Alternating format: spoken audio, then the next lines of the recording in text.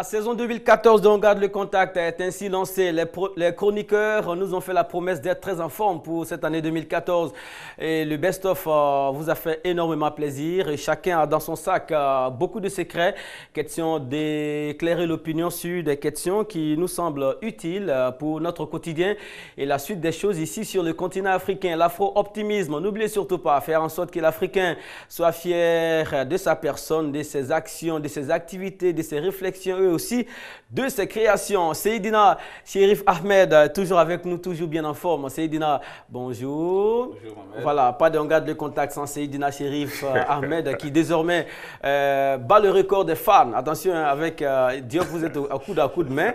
Seydina, ça fait des vagues quand même. Ça va très bien, Seydina? Ouais, ça va très bien. Voilà, hier c'était la nuit du Mawloud, ça s'est bien passé. Oui, ça s'est très bien passé. Vous avez veillé? Oui, oui, on a veillé jusqu'à... Je suis rentré à 6 h du matin. Ah, là, vous avez sommeil. Hein? Non, je n'ai pas sommeil, Comme je l'ai dit, on a assez dormi en Afrique. Maintenant, c'est le moment de travailler. C'est le moment de travailler. D'accord, quand le devoir nous appelle, il ne faut pas du tout il faut travailler. reculer. Parce que c'est vrai que, excusez-moi, c'est vrai qu'on passe tout le temps à critiquer les autres, mais il faut reconnaître une valeur aux autres qui est le travail. Les autres travaillent chaque jour que Dieu fait. En Afrique, on dort beaucoup plus. Vous voyez. Alors, il faut qu'on se réveille. Et vu la neige qui descend dans les pays occidentaux aujourd'hui, quelqu'un faisait la réflexion suivante sur la toile. Il disait par exemple que s'il y avait de la neige ici en Afrique, ce serait compliqué d'avoir les effectifs au travail. Vous partagez cela, Diop? Bonjour en même temps. Pas du tout. C'est comme si on disait s'il faisait 40 degrés en Europe, personne n'irait au travail. Donc, c'est pas évident. Voilà, parce qu'à 30 degrés en France, on dit qu'il y a la canicule. Donc, les gens sont presque dans leur maison où ils se promènent presque nus.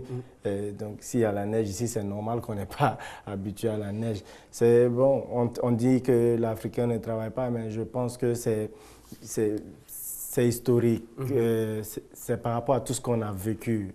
Comme je dis toujours, on est conditionné pour. On est conditionné pour parce que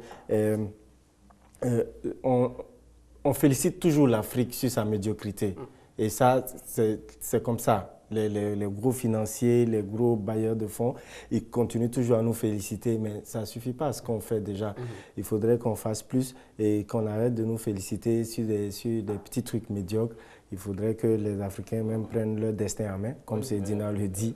Voilà. En tout cas, se mettre au travail. Il faut qu'on se mette au travail. D'accord, d'accord. Merci beaucoup. Le mot d'ordre est lancé, travail, travail, travail. Ouais. Et lorsque vous êtes fatigué, travaillez encore. Hein? Non, quand on est fatigué, quand on est fatigué, les gens pensent que c'est dormir qui permet à l'homme de se reposer. Et pourtant, dormir aussi fatigue l'organisme. Moi, je pense que quand on est fatigué, on peut stopper. Par exemple, quand vous êtes fatigué à l'animation, vous pouvez aller faire la natation. C'est-à-dire que se reposer, c'est de ne pas faire ce qu'on avait l'habitude de faire jusqu'à ce qu'on soit fatigué.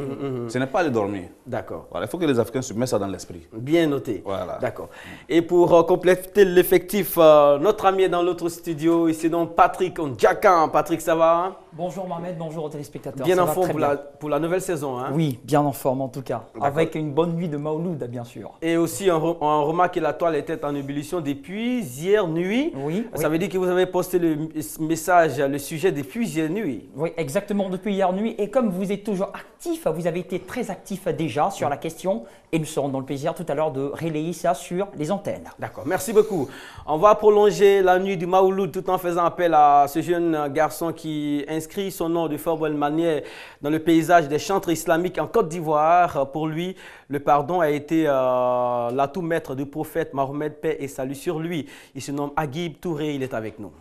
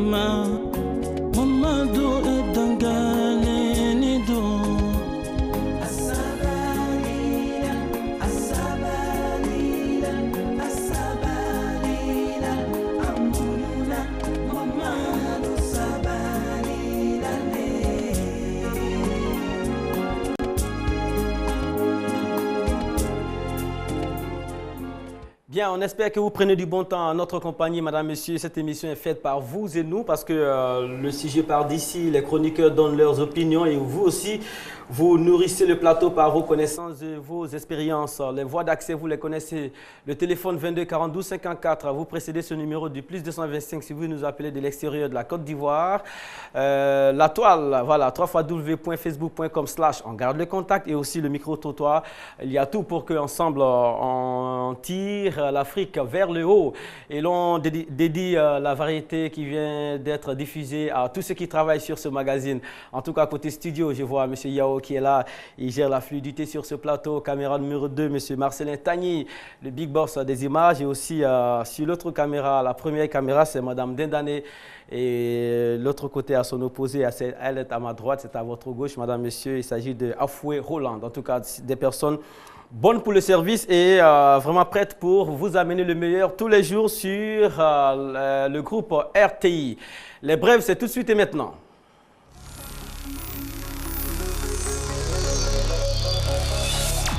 Mise en onde et la réalisation de l'émission sont assurées par Fatou Koulibaly, avec elle toute une grande équipe de l'autre côté, avec des gens vraiment prêts à faire en sorte que nous atteignions le cap de 14h10. C'est la fin de ce magazine. On commence par cette image, madame, messieurs. Le jeune Arafat fait encore parler de lui. Vous allez voir l'image d'Arafat très bien. Il est en France pour un séjour de 2 mois, mais déjà ça commence sur des fonds de tension parce que l'artiste aurait déclaré sur l'une des chaînes des radios que prendre le métro, c'est une activité de pauvres. Voilà, ce sont les pauvres qui empruntent le métro. Alors, la diaspora, tous les Africains en France sont en ébullition. Je pense que les déclarations succèdent aux déclarations sur Internet par vidéo interposée. Mais l'on espère que tout va rentrer dans l'ordre afin que ça se passe dans les meilleures conditions. Il ne faut pas que la famille se déchire. Et lorsque Arafat sera ici, on fera tout pour qu'il soit sur ce plateau. Et ensemble, nous allons recadrer les choses et faire en sorte que l'artiste soit de moins en moins sujet à des frasques. La suite, c'est avec cette compétition de danse traditionnelle ici en Côte d'Ivoire. Le concept se baptise à Chez nous pays. La finale a eu lieu il n'y a pas très longtemps, madame, messieurs, du côté du Palais des Sports de Trècheville. On vous ramène le compte-rendu de cette activité qui fait parler beaucoup les professionnels de la culture, surtout en bien concernant les rythmes et les danses de Côte d'Ivoire. Samedi 28 décembre 2013, il est 15h. Nous nous trouvons dans les loges de la salle annexe du Parc des Sports de Trècheville où se déroule la finale du concours national de danse traditionnelle dénommé Chez nous pays. On est beaucoup, tout un chacun va montrer son savoir, mais à moi j'ai confiance en nous. C'est la même agitation dans chaque camp. On profile la dernière stratégie avant de rentrer en scène. Avec tous, le même discours au sujet du verdict final. Je suis très heureux de représenter ma région. J'aurai la victoire. Voilà. C'est Dieu qui va compléter du reste. Comme un signe des dieux, la culture ne saurait devenir le maillon faible d'un pays promis au destin du pays émergent. La culture, à l'heure où nous parlons, participe à la recherche de la réconciliation et de la paix, et une paix durable en Côte d'Ivoire. Au finish, ils étaient en nombre de 8 à s'affronter au son des balafons, des tambours, des djembés. Un spectacle plaisant pour les petits et les grands.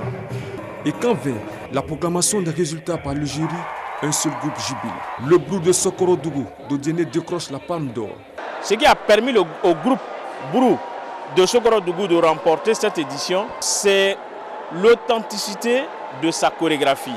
C'est une danse qu'on n'a pas l'habitude de voir, mais la façon dont elle a été exécutée a été encore plus belle.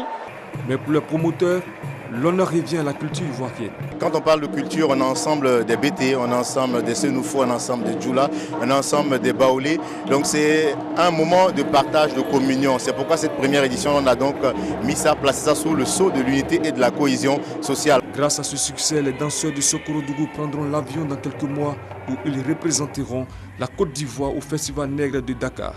Mais avant, ils se produiront sur le podium du Massa 2014.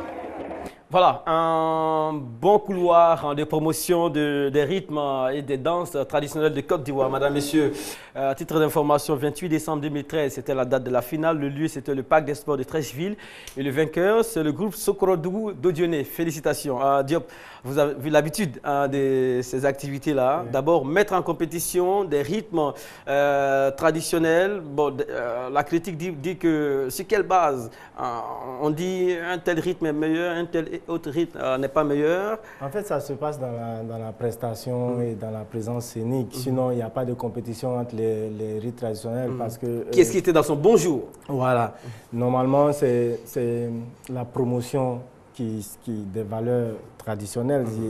Parce que chaque région a sa spécificité. Donc, il n'y a pas vraiment de concours, mais si tu es dans ton bon jour, tu fais une belle prestation, je pense que tu mérites d'être choisi. Et ce que je voulais dire, c'est que ce n'est pas que la promotion de la culture. Il faut savoir que la Côte d'Ivoire a cette richesse-là d'avoir plusieurs genres différents de rites culturels. Et aujourd'hui, ces rites culturels-là sont utilisés même pour promouvoir le tourisme. Parce qu'il faut savoir que partout dans le monde aujourd'hui, c'est le tourisme culturel qui fait avancer les pays. Et c'est une grosse industrie. Je pense qu'en termes de culture, nous devons nous appuyer sur cette force qu'on a pour quand même développer le tourisme et la culture en même temps en Côte d'Ivoire. Heureusement que c'est annuel. Hein. Chez nos pays, l'année prochaine, d'autres rythmes et danses seront en compétition et aussi on donnera le passeport et l'occasion à d'autres régions de la Côte d'Ivoire de faire valoir leur savoir-faire au plan international. La suite, c'est avec le FESTICA, le Festival culturel et des arts d'Abobo, initié par M. Kunta Mader le 29, 30 et 31 décembre dernier. La commune d'Abobo a pu renouer avec ce qu'on va appeler l'ambiance, l'animation et aussi des expositions. Et surtout, les officiels commencent à accorder des crédits à ce festival-là qui désormais se positionne comme un bon festival annuel du côté de la commune d'Abobo. Donc la sécurité désormais est au rendez-vous à Abobo avec Kunta Mader. Abobo, désormais une commune moderne de solidarité et de fraternité, abritant une jeunesse citoyenne. C'est la vision des initiateurs du Festival culturel des arts d'Abobo Festica. Et pour gagner le pari, ils décident de mettre la musique, le dessin, la peinture, la sculpture et le théâtre à contribution. Vous savez un peu l'histoire d'Abobo. Abobo a connu une crise, la Côte d'Ivoire a connu une crise. Nous, en tant que promoteurs culturels, en tant que communicateurs, il était de notre devoir de créer un événement qui puisse permettre à la jeunesse, à la population de se retrouver. Les initiateurs entendent à travers ce festival penser les blessures des populations d'Abobo et aussi réconcilier les différentes communautés.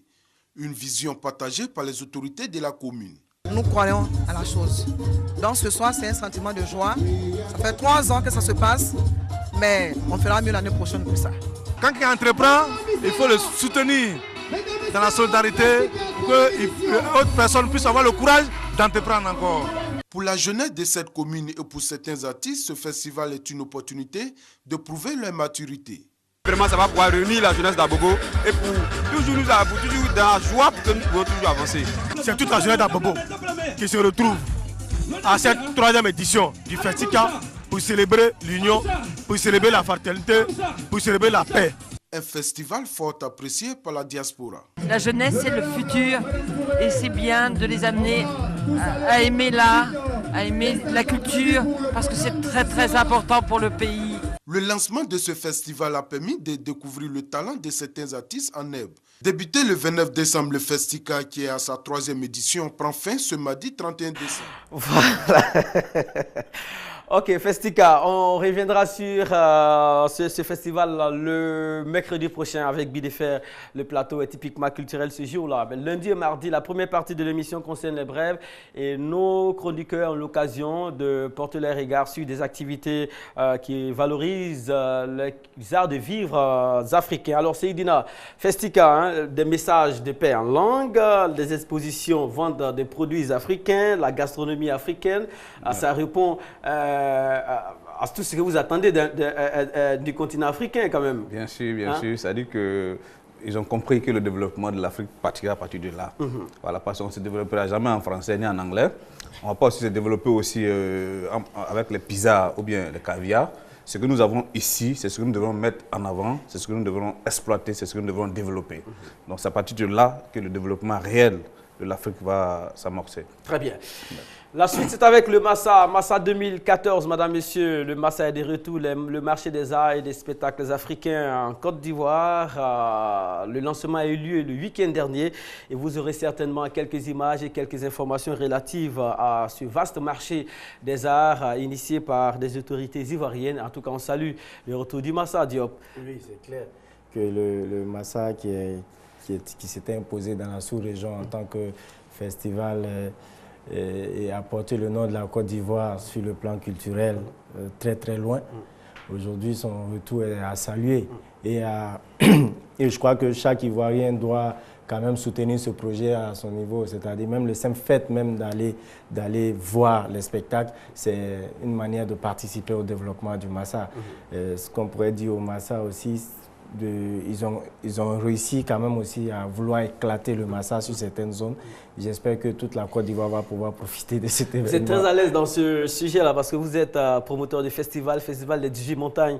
En février, en tout cas, ça s'annonce. Oui. Et là, tout à l'heure, vous dites quoi? Le groupe Sokorodu qui vient de gagner chez nous pays sera... Oui, c'est nos voisins déjà pas loin de moi.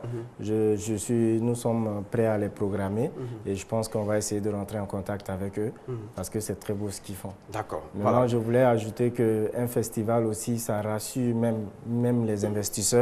Il faut savoir qu'il y a des zones à risque. Par exemple, quand on prend l'ouest, le nord, ainsi de suite, c'est comme le nord du Mali. Si on organise un festival, ça rassure même les investisseurs. Ça veut dire que c'est une zone où on peut venir investir, où il y a des choses qui peuvent se passer. C'est comme à Bobo. À Bobo, dans la tête de tout le monde, c'est une zone vraiment très dangereuse. Mais aujourd'hui, on voit qu'il y a du spectacle, il y a du regroupement et ça s'est très bien passé. Au lieu d'être à Bobo la guerre, ça devient désormais à Bobo la joie. Voilà. On a l'impression que vous avez scénarisé tout ça. Hein? Vous allez à l'ouest. À l'ouest, on sait que ça a vraiment souffert. Chez nous, pays, c'est le Grand Nord, le centre, etc. etc. Et Kunta Mada, il est à Bobo désormais, à Bobo la joie. En tout cas, merci beaucoup.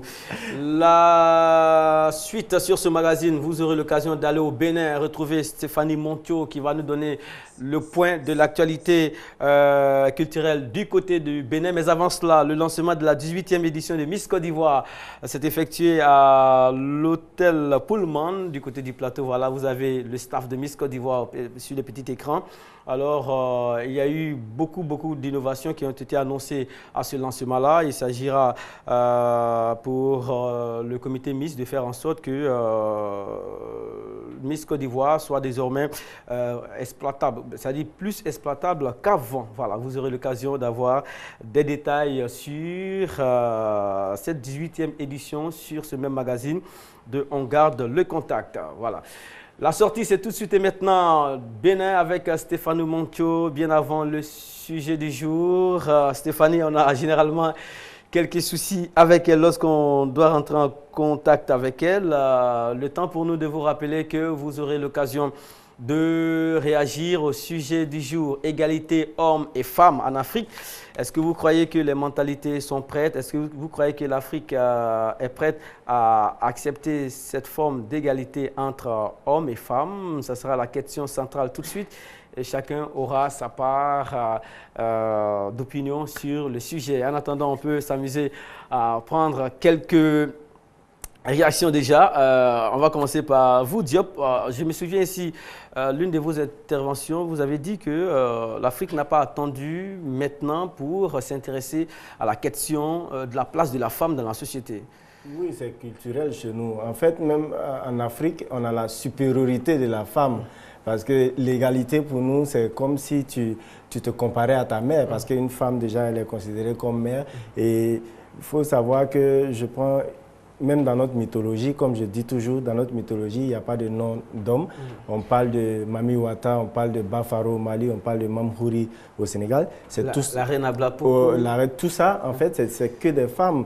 Nous sommes un continent qui avons beaucoup utilisé l'héritage matrilinéaire.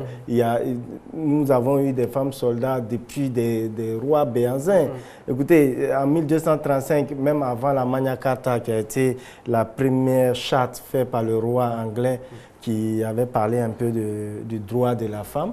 Nous, en 1236, lors du Kurukanfuga, il y a des articles même qui disent qu'en plus de leur tâche quotidienne, il faut qu'elles participent à nos gouvernements. Et même lors de la réunion du Kurukanfuga en 1236, il y avait 4 femmes qui ont participé à une grande réunion où se trouvaient tous les rois, où il y avait plusieurs peuples. Ah, d'accord. Donc on est en avance.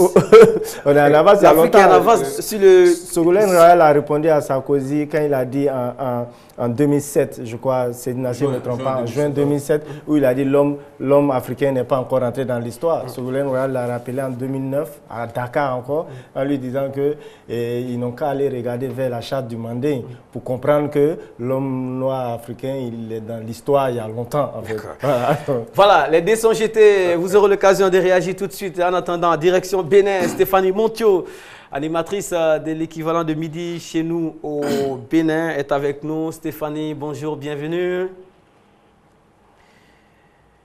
Bonjour, Mohamed Kampi. Le retour est léger, le retour est faible, mais on sait que vous êtes là, Stéphanie. Ça va bien? Ça va très bien. Chez vous, en Côte d'Ivoire? Oui, ça va très bien. Bon, le retour est un peu faible, mais on va faire avec en espérant que le téléphone ne va pas nous lâcher. Alors, Stéphanie, avec vous, c'est le point des activités durant l'année 2013 à Cotonou, au Bénin. Est-ce que 2013 s'est bien comporté culturellement chez vous? Oui, on a eu beaucoup d'activités. Cette fin d'année 2013, on a eu beaucoup d'activités. Et par rapport à l'année 2012 qui est finie, l'une des plus grandes choses, c'est le festival Cotonou Couleur Jazz qui a eu lieu l'année dernière, qui a permis la participation d'une vingtaine d'artistes internationaux d'ici et d'ailleurs. Pareil, le festival, c'était Angélique Kidjo. Elle avait promis mettre du feu à la scène du Petit Lucas et nous avons été servis. D'accord. Et Angélique Kidjo a partagé la scène avec ses jeunes sœurs de Ninois, celles que des nables, les Seriba, qui sont toujours inspirés du savoir-faire de leur aîné, Oudeka, qui a embrassé la scène de sa voix unique et solide. Stéphanie. Le grand nom de la musique qui était également présent tel que Henri Condé. Stéphanie, on a un... D'accord.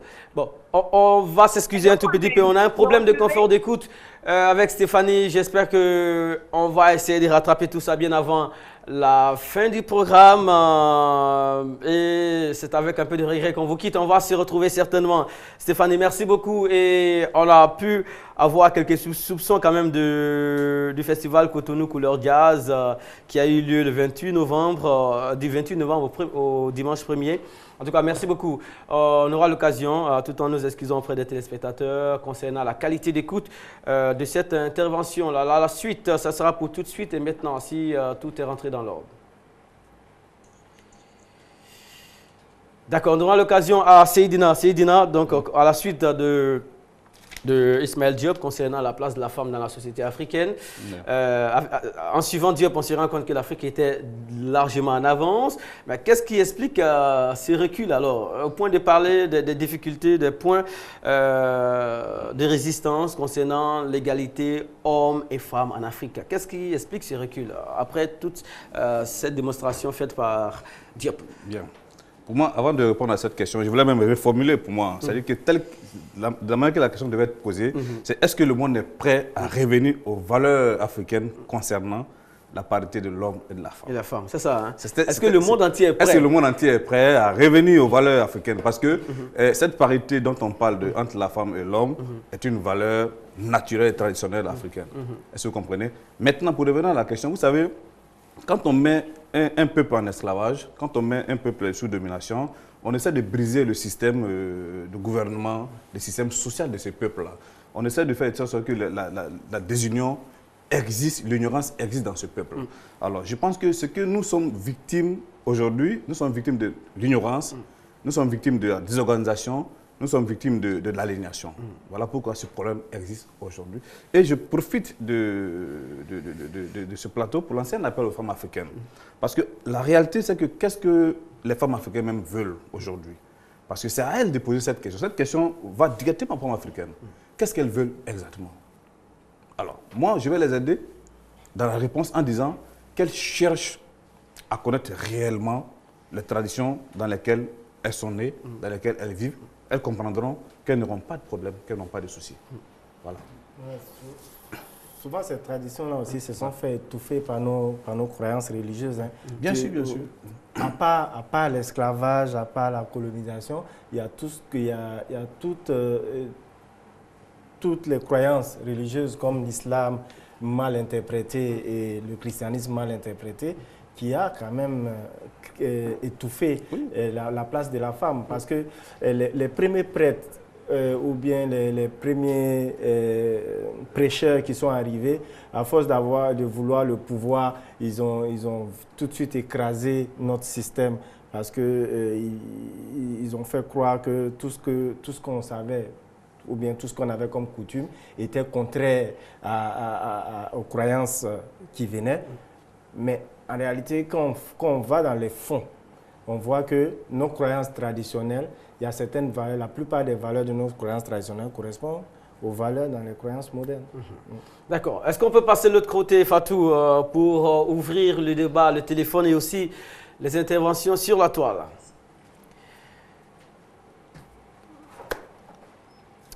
Un léger retard, en tout cas côté Magnéto. 22 42 54, vous avez l'occasion d'intervenir sur le sujet du jour. Il s'agit de savoir si la parité homme-femme peut être bien acceptée dans toutes les zones ici en Afrique. Si oui, comment, pourquoi, et sinon, pourquoi et comment? A tout de suite.